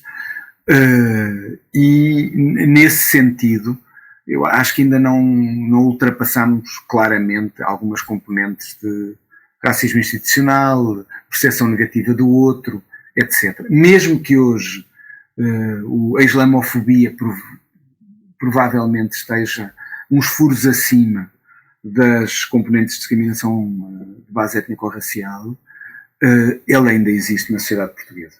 Depois, eu acho que ainda há algumas lógicas paternalistas em relação aos países que foram colonizados por Portugal, muito mais os africanos do que o Brasil. Portanto, nesse sentido há, por um lado, são as ambivalências de que a doutora Iva estava a falar, que é, por um lado, há esta ideia de mundo lusófono, que falamos todos português, que isto é a forma de os vários países projetarem à escala, os vários países lusófonos, se projetarem à escala global, que assim, mostrando que há uma língua comum, que há elementos de cultura que são partilhados, mesmo sendo diferentes, que se podem apoiar mutuamente, quer do ponto de vista das decisões de política interna, quando é preciso tomar alguma decisão relativamente a um problema político que surja num país, ou uma agressão do ponto de vista, uma desordem política interna, etc., que se possam tomar posições comuns. Por um lado, há este lado positivo de olhar a lusofonia assim, ou permitir eventualmente uma circulação maior, ou este discurso que existe agora, os imigrantes dos PALOP devem ser privilegiados, porque são aqueles que os compreendem melhor e que culturalmente estão mais próximos de nós.